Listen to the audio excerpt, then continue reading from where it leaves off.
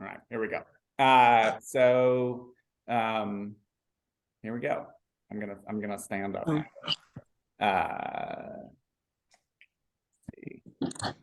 All right, good morning, everybody. This is being recorded, but they can't see you, so you won't be in the recording. But if you talk, that will be recorded. But all that's being recorded is my silly face and the PowerPoint. Get rid of this. As a reminder, do not use any client names when you are speaking. Yeah, and I would really say let's probably these mini trainings are often not a great time to ask specific client questions, but certainly, since we're recording, we have to avoid doing that. So we're going to talk about attention this morning. I've got my clock right there, so hopefully I'll keep myself on point. Gina and Ashley are going to monitor the chat, and you guys will have to call out to me if there's something, because I can't see the chat. So we're going to talk about attention. You see the buckets. We're going to talk a lot about buckets. There's going to be 3 keywords that you need to write down to get credit for this when you do the test. So make sure that you have pen, pencil, paper available to you so that you can write down the keywords. Because we are now ACE providers, which is fantastic, and that means that any training that we do, you guys can count as state training.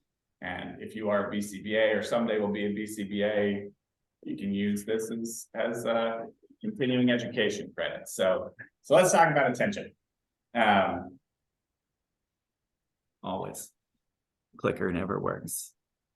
Okay, so one of your greatest tools is your attention, okay?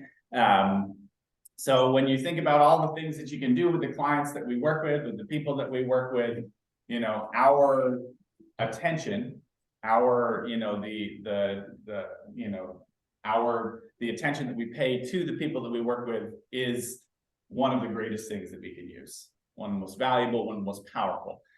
So it's very important to harness and hone that tool so that it's effective. So that's what we're going to talk about today. So I want to kind of put a disclaimer out there to everybody, is that, we're very function-based. That's applied behavior analysis. So, when you look at the different functions of behavior, some behaviors are, or many behaviors are attention maintain, or the child is doing it in order to gain attention or to escape attention. So this training is really focused on individuals who are motivated by attention, right? So that makes it the easiest to use your attention is if your attention is valuable. But if you're like, oh, I don't have any kids who attention is the function, so this training does not pertain to me. That's false. Your purpose in the services that we do is to make your attention valuable. So if the kid is not attention motivated, you need to be doing the things we're going to talk about and other things in order to build that want for attention. Because ultimately our goal is to make the individuals that we work with, kind of happy, functioning members of their family, of their, community, of their friend group, of all of these things. And if they don't care about other people's attention, it's not going to work, right? And we're always talking about like, oh, I don't want to give the kid snacks. I don't want to give the kid prizes. That's kind of unnatural. Well, the way to make it more natural is to move from those things towards them working for attention or, kind of being motivated by attention. So this training is for everybody. This is kind of how we do it, and if they're not there yet, this is where you want to move them by doing the things we're going to talk about. All right, so there's you just found a clue. So your first keyword, so the keyword that you're looking for are going to be Rob's favorite colors. So you're going to get Rob's 3 favorite colors throughout this training. So keyword number 1 is maroon. My first favorite color is maroon. Write it down. because you won't be able to pass the test without my 3 favorite colors, of which you only get 1. Oh, Blue's Clues. So where should we allocate our attention? So you're in session, you're working with an individual. So where should your attention go? It should, obviously go to the learner, the child, the individual that you're working with. Okay, that's really where you want to be focusing the whole of your attention. However, you've got angry adults, right? You've got, oh, stop that, cut that out, go over there. You've got yelling parents. You've got sad parents who are like, oh, can you talk to me about this? Or, oh, I'm worried about this. So, you're trying to pay attention to the kid, but the parents or the caregiver or the daycare staff, they've got stuff going on, and they like you because you've got valuable attention. So they want you to pay attention to them. So they're pulling attention that way from you. You got to write paperwork. You got to take documentation. You got to be, taking data, right? So that's distracting. So, even though that's related to the person you're working with, you've also got that to think about. You've got you've always got your cell phone in your pocket, which is like a playground of distraction. You've got text messages and Facebook and alerts going off and timers and all these sorts of things. So that's an ongoing distraction. You've got, whatever the expectations of your BC or your BA or your supervisor, or your clinical supervisor, or the program or the regulations, you've got all these expectations kind of going on. So you're thinking like, oh, what am I supposed to be doing? What am I supposed to be tracking? What am I supposed to be, so you're thinking about all of that. Maybe they're even there watching you. You're being supervised or someone's there. So your attention's kind of pulled to someone else on the team.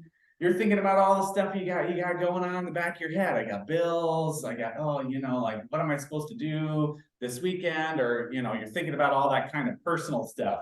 You've got other children a lot of the time, right? So if you're in a school or daycare, there's, classmates and peers and kids all over the place, sometimes with much bigger behaviors than the kids that we're working with. And maybe there's siblings, that the parents expect you to kind of take off their hands, so there's often other kids in the mix.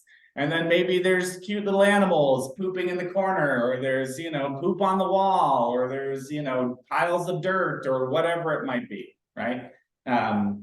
So all that to be said, it's much easier said than done to allocate all of your attention to the child that you're working with. Right? Probably impossible. But, you need to be mindful of all of these things because, the insurance company is paying you to allocate your attention to the child, or the insurance company is paying us and we're paying you, and the expectations are really clear that attention should be focused on the kids that we're working with. That's that's what we do. So I want to talk about differential reinforcement. So bless you, sir. So, I want you to be able to think about your attention as this fancy second, water allocator. Okay.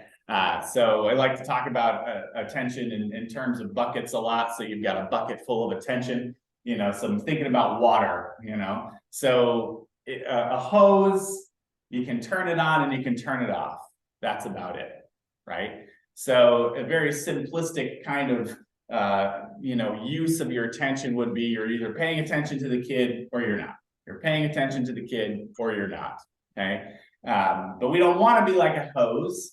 We want to be like a fancy shower, you want to be able to have multiple settings so you can give lots of attention. You can give really high quality attention. And that attention shifts, like when you get like the shower head that has all kinds of settings on it, like, you go in there and you have a setting that you prefer, right? And then, somebody else goes in the shower and they change it to something else because they prefer a different method, right? So that's the way attention works. Each kid likes different types of attention. Each parent, each daycare staff, anyone that we're working with, they want a different type of attention. So you need to be able to switch between those things. Okay, so if you're that person who always comes in, hey, that's going to work for probably a lot of the kids, but not all of them. Okay, so you got to be really like ready to turn it off, turn it on, kind of, have really like heavy amounts of attention sometimes and just trickles of attention other times, soft attention sometimes, and more, loud attention others. So, that's differential reinforcement, right? So the ability to, to give large amounts of quality attention, when you're having a wanted behavior versus when they're doing something that you don't want them to be doing, you can shut the attention almost all the way up, right? So, this training asserts that you should never shut your attention off completely from the person you're working with, and we'll continue to talk about that kind of as we go through. So in a lot of the treatment plans we have, and ABA books and all kinds of things, you'll see planned ignoring as a much used intervention. So, and I hear it a lot, like, well, we're ignoring the behavior, we're using planned ignoring, and planned ignoring can be valuable, right? It really is just a piece of differential reinforcement that we just talked about, but it's very important to really kind of wrap our heads around attention before you use planned ignoring. So again, we're thinking about buckets. Okay, so when I go to a session with Tyler, okay, and I'm working with him, I've got my bucket of attention, all the attention that I can provide, my 100% attention, okay, regardless of his behavior, right? No matter what he does, no matter what, he deserves 100% of my bucket of attention, okay?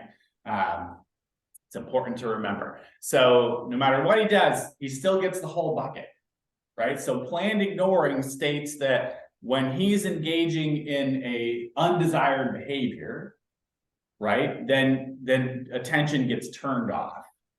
So what does that mean? If he needs 100% of my attention, I need to be vigilantly watching him the rest of the time to make sure that I can be allocating that attention at other times when he's not engaged in that behavior, okay? And that's going to be really difficult if Tyler's the kind of kid that is kind of repetitively engaging in problematic behavior, right? So every few seconds he's screaming, he's swiping stuff, he's running out of the room, he's pushing kids, right? So if he spends 90% of the session engaged in problem behaviors, okay, then that other 10% of session, I need to be like dumping that bucket of attention, making huge, like, oh my goodness, Tyler, I'm approaching him, I'm doing all the things we're going to talk. So we're going to talk about ways to provide attention. But I just really want people to like, just stamp that in their brains, right? That no matter what, the child should receive that full bucket of attention. So you have to be really, surgical in that. Like, oh, he's, the behavior finally stopped. I need to pour that on. Because what ends up happening, hopefully you guys are already like a step ahead of me, but what ends up happening is that the kid's usually getting all of our attention for the problem behavior. So then we start planned ignoring, and then we just start withholding all of our attention, right? So both of those are problems, because really we want Tyler to learn that when he's not engaged in those problem behaviors, that's when he's getting the good stuff. I am recording, right? I did that. Yeah, I think so. Good. Good. Attention should be more and better, right? So, when they're doing something that, when they're doing something that we don't want them to do, you can't shut off the attention completely. But when they're doing something that's on the road to what we want them to do, we should be really dumping that bucket and making it loud, better, best types of attention. Good. And you know, this part right here, we ignore certain behaviors, not all behaviors. Okay, so that's very important. That should be a team decision. Okay, because if you're ignoring all of their behaviors, you're like giving them the silent treatment. That's rude, and that's not the way that professionals deal with other people. And that ends up being a state where you're ignoring the child completely, right? And that's gross. We don't do that, okay? So we ignore certain behaviors. So like we decide as a team, okay, we're going to ignore nose picking. Okay, so when the child is nose picking, you know, we might hand them a tissue and that's it. You're not going to say anything. You're not going to reprimand them. You know, you're not going to try to distract them with a fun activity. When they start nose picking, you hand them the tissue and that's it. Or you turn away, you know, you kind of orient, kind of not completely away from them, but, you know, so it should be very surgical, right? It should be very like, when this happens, this is what we do. It's not just, oh, he's being bad, ignore him. Let's all pretend he's not there, okay? Which is really what I see most of the time. And that it just creates this kind of, you know, sad situation where either the child is feeling, you know, kind of like disincluded, rejected, etc. Or it creates this child who is just going to escalate their behaviors to get that attention. Either way, it doesn't work so great. Okay, so we're ignoring certain behaviors the way that we decided as a team, not the whole child. Hopefully, those distinctions are pretty clear. Oh my gosh, it's already time for another clue. No, I'm going to tell you the color. That just means those are just my reminders that I have to give you your second clue. So clue number 2, my second color that I really like is black. I can't tell you the first one, but color number 2, keyword number 2, black. So write it down. Write it down. Black. Okay, moving on. You just found a clue. So we've been talking about attention. So let's talk about some ways that you can pay attention to a kid, right? Tyler and I were just talking this morning. He was like, oh, he's like, I'm doing these things on my cases, you know, and you know, the other staff are pointing out like, oh, you know, this is reinforcement, this is differential reinforcement, this is shaping. So he's kind of talking about like how some things he's just kind of naturally doing, right? That is ABA, right? That is what we're all doing, is that, you know, ABA didn't come in and invent all these new things. It just came in and harnessed what we already knew was effective, right? So a lot of these things, some people you're just kind of doing, you're like, oh yeah, this is how you play with kids, right? But you know, it's not always that clear. So what are some things we can do? You can catch them being good or sometimes even neutral. So if I'm dumping out that bucket, right? I can't always wait for them to do the perfect target behavior, because then I'm going to end up with a full bucket at the end, and I didn't give the kid the attention that they deserved. Okay, so I can't wait for the full. So if I'm waiting for, you know, if one of my target behaviors for poor Tyler, who's the only person in the room, so he gets to be the example for everything, and I can't even see Lindsay's face, so she can't be my person, even though she usually is for Zoom. You know, so if I'm working with Tyler and I want Tyler, like his treatment plan says that he's supposed to approach and greet peers, you know, in a pro-social manner, or, you know, whatever it is defined as, that's all great and fine. But if like some of his reduction behaviors or his baseline behaviors is sometimes he hits kids and pushes and spits on kids and, you know, sits really close to them, or, you know, laughs in their face. He's got all these kind of things that he does to kind of get attention.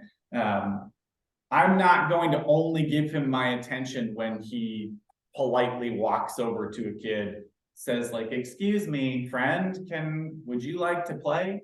Right? So if he's, you know, sometimes I'm going to even just look at his neutral behavior. He's not engaging in any of those things that he's kind of apt to do, the hitting, sitting too close, slapping in their face, all that kind of stuff. He's not doing any of those things.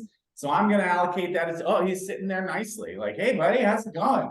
You know, I'm going to go over there and just kind of catch him being good. I love the way you're sitting. You're being nice to your friends. You'd be like, well, he's not being nice to his friends. He's not doing anything to his friends. Well, that's much nicer than all of these other things that he's doing, right? So we could define, at least currently, like being nice to friends is him kind of sitting there, right? So I'm catching them being good. I'm always watching, seeing what he's doing so I can catch those moments. Engage them in teaching or practice opportunities. Okay. I know that I'm like a broken record with the practice opportunities, but that's just because it is, key to what we do. Anyone needs practice in order to be able to do something. And our intention is to teach kids to do new behaviors. So if we want them to do new behaviors, we need them to practice those things, right? So I'm always looking for times where I can engage them in those practices, right? Get them to ask for something they want. If they're working on manding, getting them to identify stuff in the environment. If they're working on tacting, getting them to approach their peers, or, take a turn in a game if you're working on those things. So I'm always thinking like, okay, these are the things I want them to do. How can I get them to practice those things? We're going to talk a little bit more about that as we go. Interrupting problem behavior chains before they become a problem.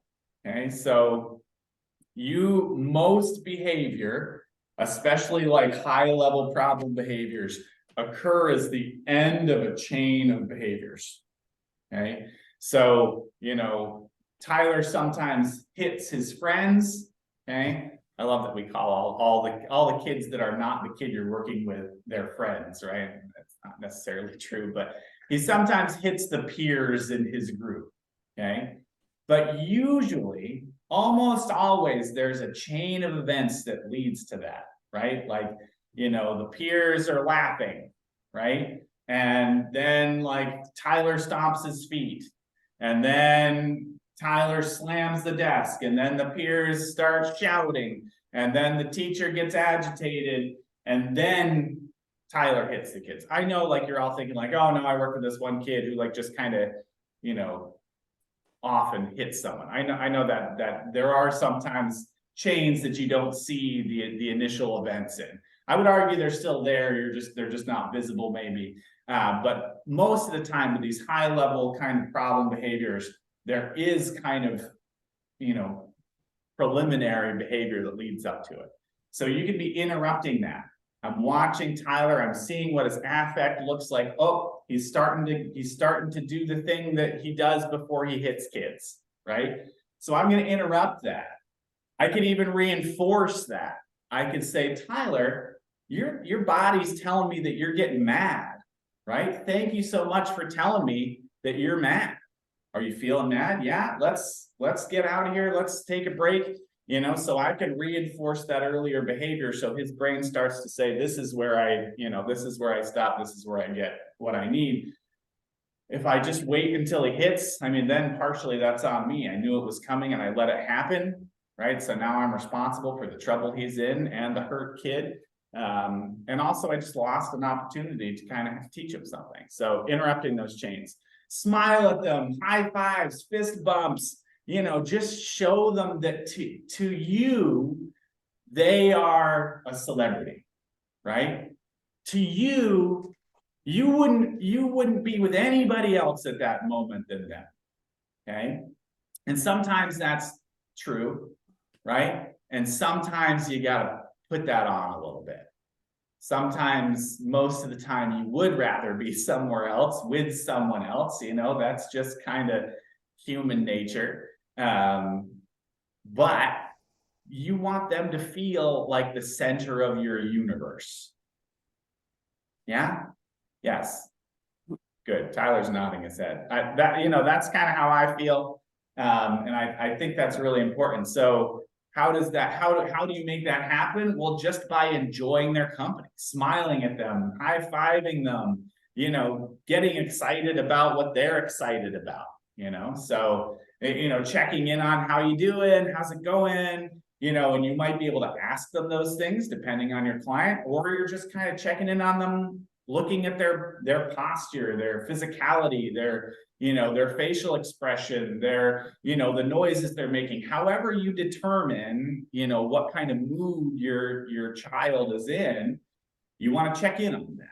Right. And if you're not sure how that works with a kid that you're working with, talk to your team. You should be able to determine where the kid is at, so that you can, again, like kind of say like, okay, this is, it looks like he's getting agitated. So we really want to, kind of have the information going into that. Look for ways to practice skills you're teaching. That's a repeat of the one above, but it bears repeating. Join the activity they're in and make it better, right? So whatever they're doing, if they're sitting there like, pushing a car, or mushing Play-Doh or stringing beads or whatever it might be, okay? They're just kind of laying there on the floor, just join what they're doing, right? But make it better, turn it into a game, and that might agitate them, right? Again, like I'm always thinking like, oh, yep, I worked with a kid where doing what they were doing, that sets them off, right? But most of the time, in my experience, if you kind of join the kid where they're at and you up the ante a little bit, right? Like Play-Doh, especially things like Play-Doh or, anything that you can kind of maybe add to what they're doing.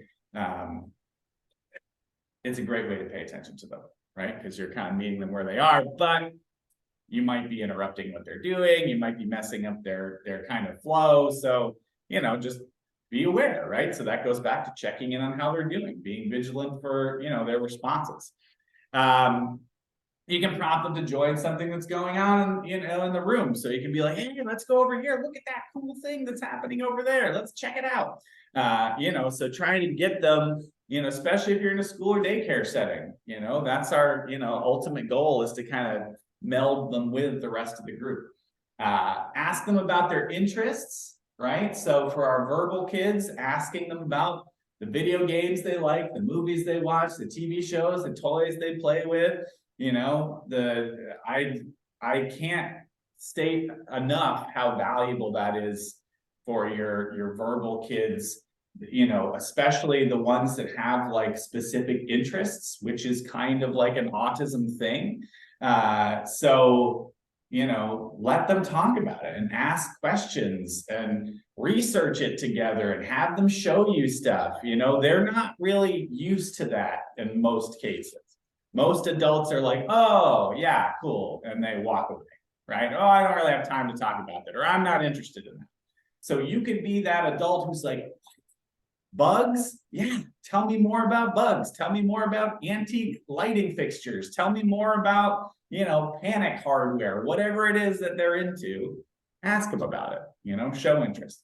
Work on pairing the workplace, right? That never stops. So, you should have a place where you're, teaching them with a lot of our kids, not all of them. But if you do, you should always be thinking like, oh, how can I make this place more approachable, right? Let's do something really fun over here. You're always kind of going back to that, because if you get to this place where the only thing you do at that table is work, then it becomes, a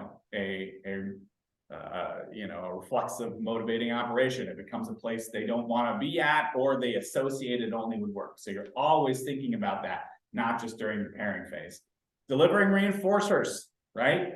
That never stops. So whatever it is they like, you should be always, that's a way you can pay attention to them. Like, here's your stuffy, here's a, a Cheeto or whatever it might be, contingently and non-contingently, right? So based on what they're doing, like, oh, okay, you matched, here's your thing, or oh, you sat next to your peer, here's your thing. But sometimes just like, hey buddy, here's the Cheeto, right? Hey buddy, here's a high five. It doesn't always have to be because they did something. In fact, it should be often just kind of thrown in there just to kind of, again, maintain that pairing.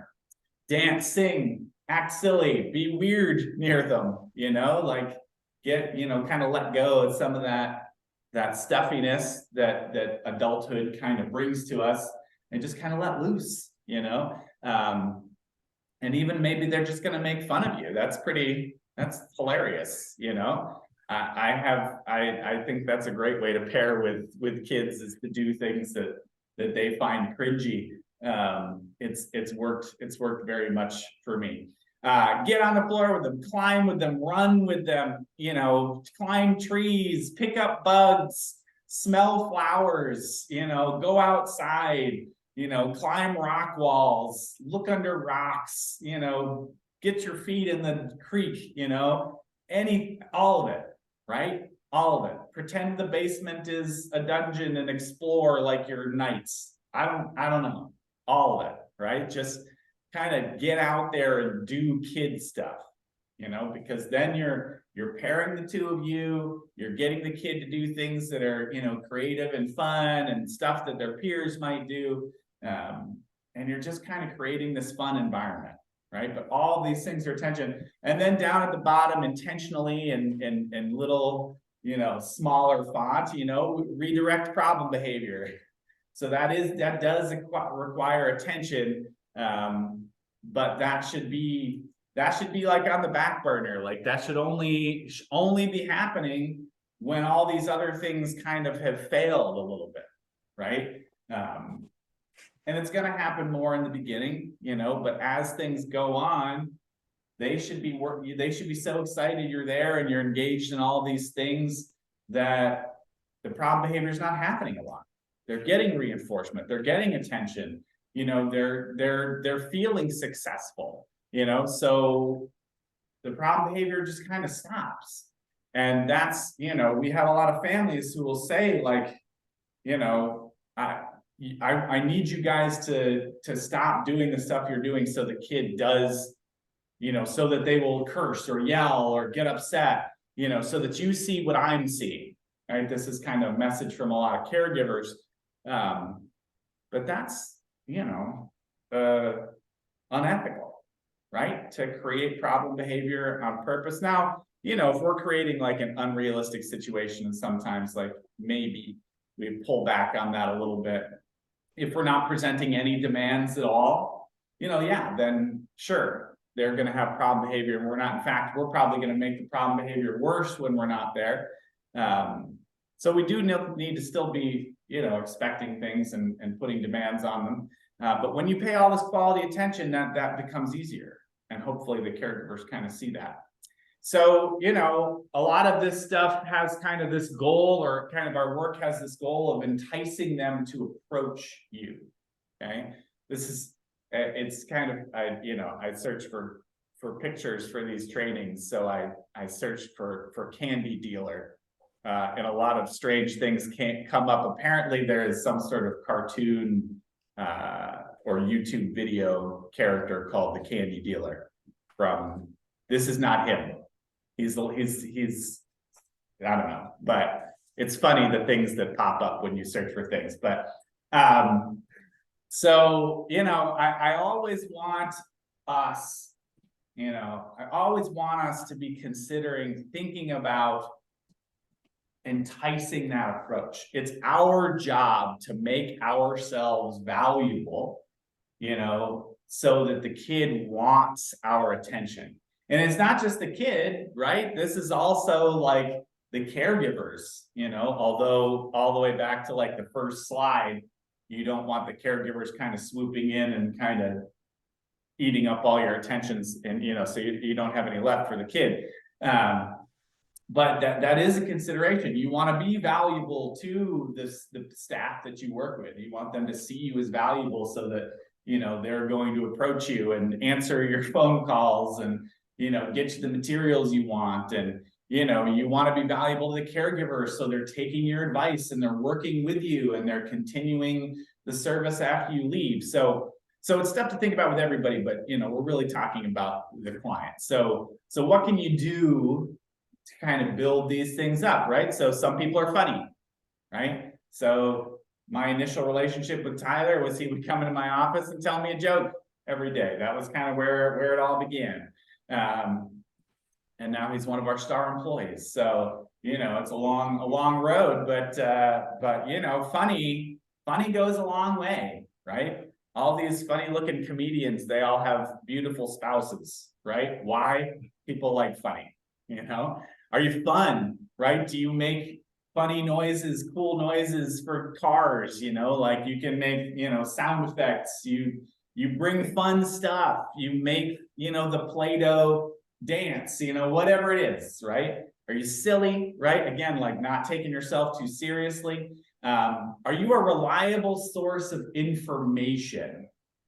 Right? So this is specifically for, kind of what we talked about with like our verbal, kind of higher social skills kind of kids, but also caregivers and staff, right? If you become a trusted source of information, and this is like in the groups that I run, every once in a while, rarely, but every once in a while, one of the teens or adults or kids will come back to me and say like, hey, I tried what you suggested and it worked, right? And then my heart sings like a choir of angels, and I feel like a rock star. But that's really just the best, because once they see you as a reliable source of information, they're going to approach you for more information.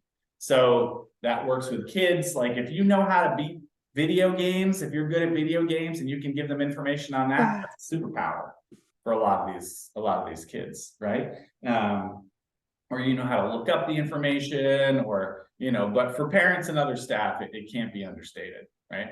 Are you cool, right? So like, do you seem like real cool to them, so they want to be around you, they want to kind of so it's kind of a variation of fun, but funny story that most of you won't believe. When I initially started running social skills groups, I was in a band and I had long hair and I wore cool clothes, maybe, but that was why they picked me to run the social skills groups. They were like, oh, we want somebody, other reasons too, right? But they were like, oh, like, they'll really think you're cool, and that's a good kind of way to teach, these kind of adolescents. So obviously with time, I've shifted to I'm a little bit more silly and cringy, hopefully funny and informative, but still maybe a little bit cool. Yeah, it's just me and Tyler, so I'm just gonna pretend like everybody's nodding their heads like, oh yeah, he is cool. That's why we listen to you, Rob. And a source of things they like, right? So I put that last, but that's probably silly, right? So we've got a resource room full of cool stuff, and that's why we do these fundraisers, put more things in there, so hopefully we'll have new things. But are you bringing stuff that they like, right? And that could even, maybe it's not even stuff you're bringing, maybe it's stuff that maybe you've got parents that are on board that are just like, okay, we'll hold that stuff until you're here, so that you can deliver it, right? We'll go to their favorite place when you're here, we'll eat their favorite food when you're here. Those are the best, right? That's the really ways to make you just kind of this person that they want to run up to because you make the world better. So what is it that you bring to the table? So with the littler kids, it was always most of you have heard about my sumo game, where I pretended to be a sumo wrestler. That was what I brought, was just these silly, funny, games that got the kids, approaching me and asking for it and all that kind of stuff. Okay, so we want to be thinking about that. Vigilance. So you need to have laser focus. Vigilance and being really intentional about our work are some of my favorite things to talk about. But I expect you guys to be vigilant with the kids that you're working with, right? Constantly, which is tiring. I get it. We're sending you out there for 8, 10-hour days, 12-hour days, 14-hour days, whatever it might be. So I know it's hard, but it's needed. So what are you watching for? Safety issues, kind of first and foremost. So is the kid about to do something, or are they doing something that is dangerous to themselves or others, right? So the last thing on earth you want to happen is for a kid to get hurt because you weren't paying attention. And that might be the kid you're working with. It might be one of their peers, right? So your kid is punches a peer and breaks their nose, right? And if that happened and you were on the other side of the playground, or you were, in the back of the classroom checking your phone, oh boy, that's hard to explain, so that constant vigilance and things are going to happen. I guarantee it. No matter how vigilant you are, it's impossible to stop everything. However, you got to be watching for those potential safety issues. Data to track. Is this something that I should be writing down? Is this something that should be on an ABC chart? Is this something that goes in their frequency counting? So you're always vigilant for data, right? You're always vigilant for emerging problem behavior. So catching those chains. Rob, you already said that. I'm going to say it again, because almost always you can kind of interrupt those things. So I'm looking for the beginning. It's like, oh, is Tyler getting agitated, right? Is he looking anxious? Is he looking worried? Is he getting happy, right? Is he in one of those kind of strings that's going to end in him like laughing outrageously? And I need to kind of, let's kind of move him over here, because once that happens, it's really difficult to, so I'm looking ahead. I'm playing chess, right? I'm thinking 10 steps ahead. If I wait until I'm already in checkmate, the game's over, right? That's a good one. We have to think about that more. But it's like chess, right? So I'm thinking ahead, thinking steps ahead. I'm looking for practice opportunities, right? I'm vigilant for, this is the time where we can kind of, insert an activity, or, nothing's going on. They're getting a little bit bored. Let's kind of take them over to this side of the room and work on something, right? Always looking for times where you can do that. Signs of interest, signs of disinterest, and withdrawals of assent. So I'm looking at the whole picture, okay? Their voice, their body, what their hands are doing, their breathing, if that's noticeable. All those things, I'm looking at the kid to see when they're enjoying something, when they're disliking something, and when something's going on that they're trying to say no, right? They're sending no signs. So even our nonverbal learners, they can still say no, just not with the word, okay? So I'm vigilant for those things, because that is all very, very important information, okay? And I'm also looking at the caregivers, okay? Are the daycare staff annoyed? Is the mom really excited because we're working on something that she's been asking for us to work on? Is the sibling antagonizing the kid, right? Is there something going on that's working the kid up? So I'm really vigilant. I'm looking at the other adults in the room as well, and the peers. I didn't really put it on here, but I'm looking at the peers too, to see if something's going on there that might affect the child's behavior.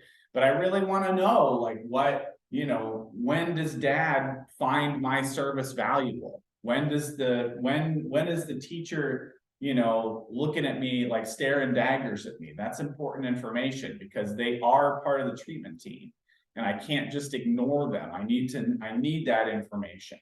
But remembering the constant enemy of vigilance is distraction.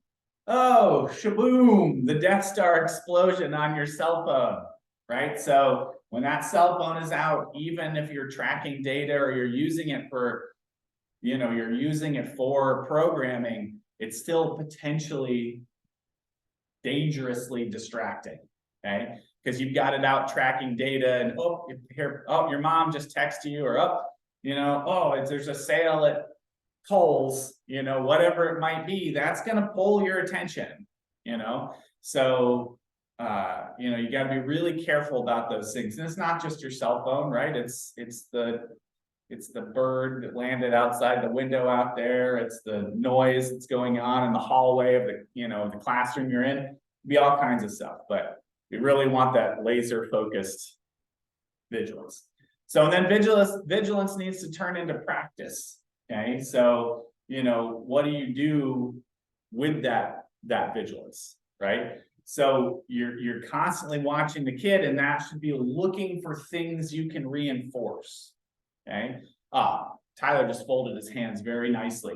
I love the way that you just showed me your ready hands, buddy. This is the greatest thing ever, lollipop, attention, whatever it might be. Okay. So I'm constantly watching for things that I can reinforce. Because if you're not vigilant to look for things you can reinforce, okay, then you're only going to pick up on the loud behaviors, and loud behaviors are almost always problem behaviors. Okay. You started kicking. You started spitting. And then that's the only time that I'm really getting up and approaching him and paying attention. And that's a huge problem, right? I would, in those cases, I would rather you not even be there, because you're making the problem worse 9 times out of 10, right? So I need to be vigilant for things that I can reinforce. Also aware of things that I need to kind of intervene for, but I need to be looking for opportunities to reinforce them. Is there behavior? Watching for those behavior changes. There it is. Rob said it again, right? So looking for things where you can interrupt it before it becomes a problem. And remember, interrupting means that you might even reinforce it, right? Because it's a desirable behavior, as opposed to the end product, which is, kind of the problem behavior that we want to avoid. If we can stop it before it gets to hitting, if we can stop it before it gets to spitting, if we can stop it before it gets to ripping stuff off the walls, that's a huge win.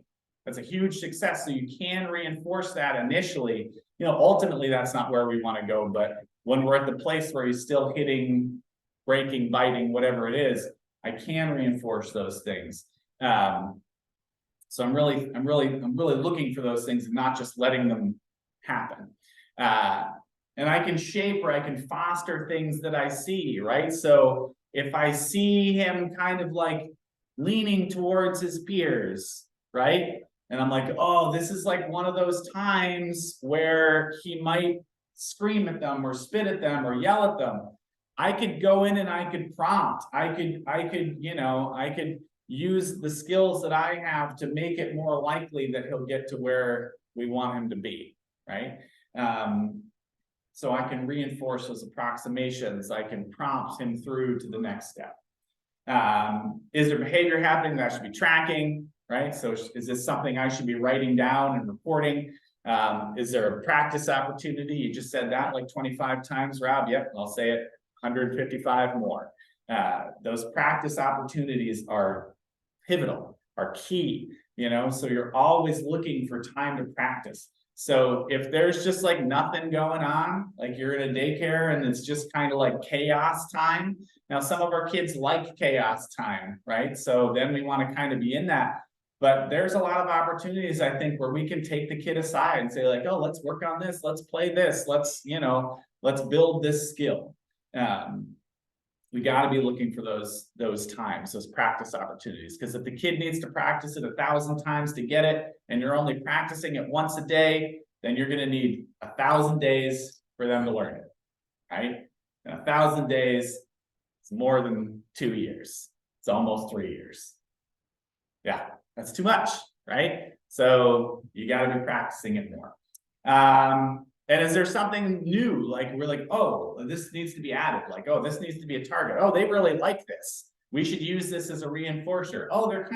They kind of seem interested in these trucks over here. We didn't realize he liked trucks. I'm going to report that to the team. We might be able to use that. Maybe I'm going to try to, start using that more in my sessions. He seems to be motivated by, these, spaceships. Maybe we could put spaceship as his next manding target, so we're always vigilant, and turning that vigilance into our treatment package. I'm always thinking, what am I teaching? This is my new soapbox thing. So you can see the face of the child. Oh no, where do I put myself? Down here, I guess. Strange little floating box. So what am I teaching? Like I said, I'm really kind of hyper focused on this. So I really want to be actively teaching things at all times. We get kind of this misunderstanding where we're like, oh, little nonverbal kids, those are our intensive teaching kids. Well, what are the other kids? They're still teaching. We're always teaching. We're always adding pro-social skills, always, always, always. So I need to be thinking, what am I teaching right now? If I'm just sitting there, just kind of like waiting for the kid to do something, I'm not actively teaching. So what are active things we can do? Practicing. Oh, you said it again, right? Role playing. So we're practicing the skills that we need. So we're giving them practice opportunities. We're role playing situations. I'm prompting them, right? So I'm getting them to play. I'm getting them to interact with their peers. I'm getting them to approach other people. So I'm prompting them to do the skills that we want them to do as their targets. I might be doing specific intensive teaching, right? So that's one version of active teaching. It's not the only version, but I might actually be pulling them aside, sitting at a table, sitting at a workspace, and going through their official work programming. I might be finding their target ways I can teach their target skills in the natural environment, right? So I'm creating those teaching opportunities as opposed to waiting for teachable moments, right? So I'm looking for times where, oh, they're reading a book. I'm gonna do some tacting while they're reading the book. Oh, they're playing on the playground. So we're gonna practice saying hi to peers or whatever it might be. So I'm kind of swooping in and I'm saying, what can we practice in this environment? What skills can I teach in this environment? That active teaching. And then the passive things, right? That we do, right? So redirection, right? So they're doing something that we don't want them to do, I can redirect it. Okay. Not as much teaching involved here, right? So this is kind of the back end of it. Waiting for behavior. Right, so that's the bottom picture. Is we're waiting for the kid to do something. Oh, now you messed up. Now I'm going to pay attention to you. That's a problem, right? Sitting back, big problem. It's the adult on their phone while the kid is bored, right? You're going to end up with problem behavior, and then just giving the kid free time. So all these things are kind of less desirable things. Some of them are just kind of downright things we should not be doing. But if you're just kind of like releasing the kid, like, okay, you worked hard, go play, right? And that doesn't involve us. I get that sometimes that's necessary. Kids need calming time. They need different kind of things to be successful. But just beware of using that too much. And most of our kids, you don't really need to use it at all. The free time should be with you. Like, oh, we did this, let's move to this, let's move to this. And if it is something where they're kind of aside from you, what are you doing during that time to continue being vigilant and allocating attention, right? So you're never just kind of sitting back, taking a breather. You're at work, right? You're getting paid. We expect you to be engaged. Lost my thing again. All right, so there's different types of attention. I know we're kind of running low on time, but we're almost at the end, so no biggie. There we go with that. So we got different types of attention. Just always remember that. You got your leaky, rusty bucket. So the leaky, rusty bucket is high demands, right? So having them do difficult tasks or lots of tasks. It's you're reprimanding them like, hey, Tyler, come on, man. You know better than that. Cut it out, buddy. Stop. Or even just saying, nope, can't do that right now. Okay.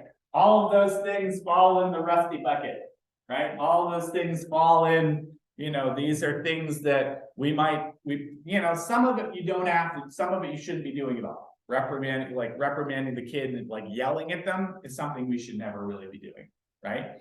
But giving them demands, that is something you have to do. So you're always kind of weighing these two buckets. The shiny bucket is the fun and the reinforcers and the positive attention and the silliness and all the kind of stuff that they like. So you're always kind of trying to you know, probably a scale is a better representative of it. But you always want it tipping largely to the shiny silver bucket.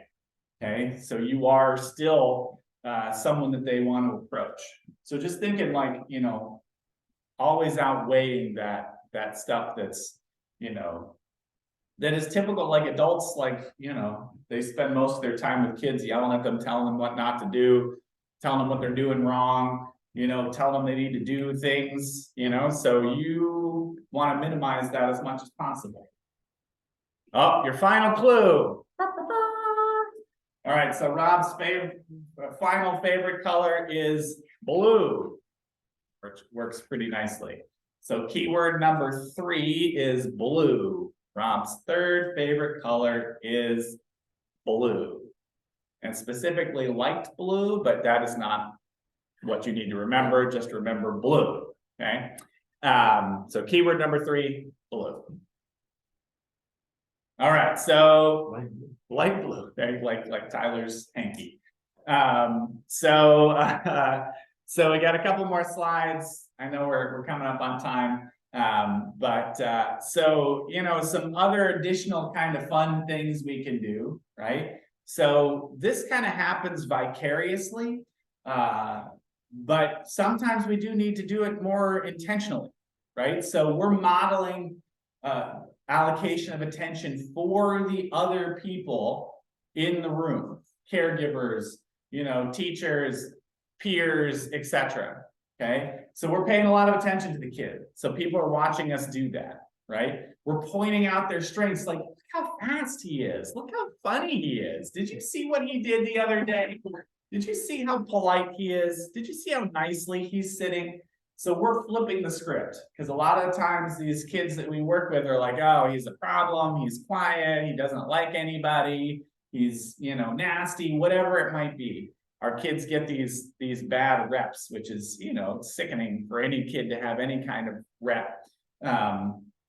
But we're flipping that script. We're just constantly reminding them of how cool they are. Like, this kid's just the greatest. Isn't he hilarious? Isn't he funny? Model getting excited to see them. Remember, we talked about like treating that kid like the center of the universe. When other people see that, you know, they start to get pulled towards that. You know, especially if you're, you know, you're a valuable source of information to them. Watch for those strong negative reactions. Like, come on, man, one of those can undo a year of good work, right? If they can tell that you're disgusted by what they just did, you could undo a lot of good work. And just continue to point out their strengths, just over and over and over again, just constantly bringing it back. You know, you don't only want to be giving those negative reports. So, you know, we'll end here. Boom, bam. And, you know, if you have any questions, feel free to email them to me. We will be sending out the quiz. You need to take the quiz in order to get credit. So you need those 3 keywords and you need to answer the questions. I think it's pretty easy. Just kind of make sure that you're paying attention. We got some resources on here. I want to add some. We'll probably send some additional ones out that kind of are better. Some of these are a little bit older, but I love Mission Cognition. They're another social skills provider that I've always really liked. So hopefully you got something out of this. I'm going to end the recording, and thanks for hanging out. Happy Friday. Thank you. Great training, Rob. Thank you.